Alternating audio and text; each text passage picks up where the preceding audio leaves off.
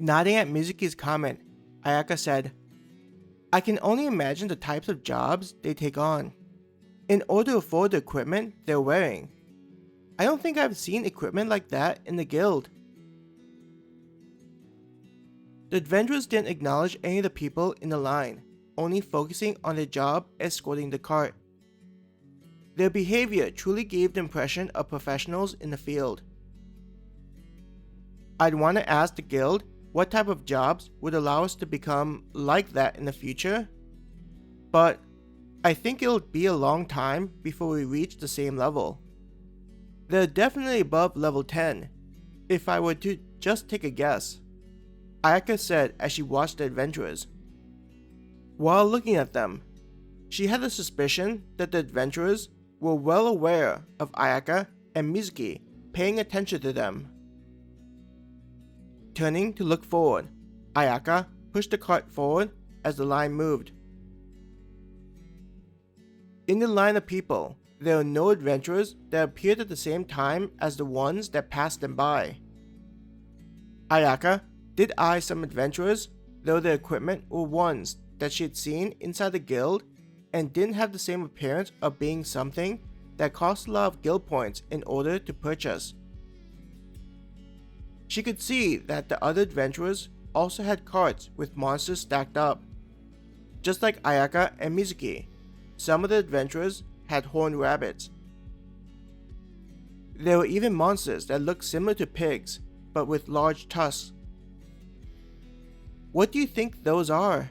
Mizuki maneuvered her body in order to get a better view of the cart.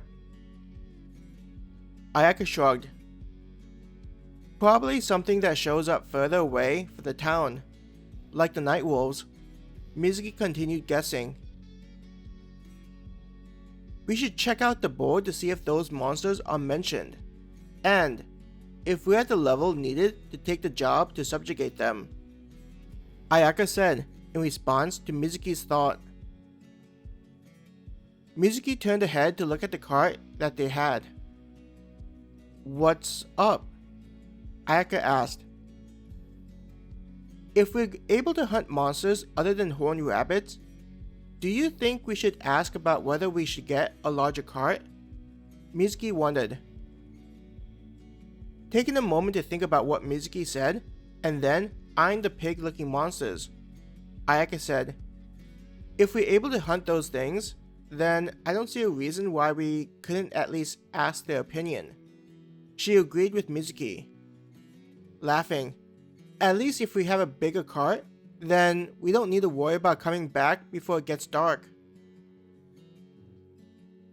Judging by the sun's location, there is still plenty of time for them to gather more horned rabbits. And if they are strong enough, then it wouldn't hurt to try and find stronger monsters. At the moment when they hunted the rabbits, the threat was minimal. Their continued progress made it so that even taking on a large group individually didn't cause any danger. If they were to work together to take on the horned rabbits, then it would only take a matter of moments to deal with the threat. From what they saw, the horned rabbits never moved in groups larger than 10.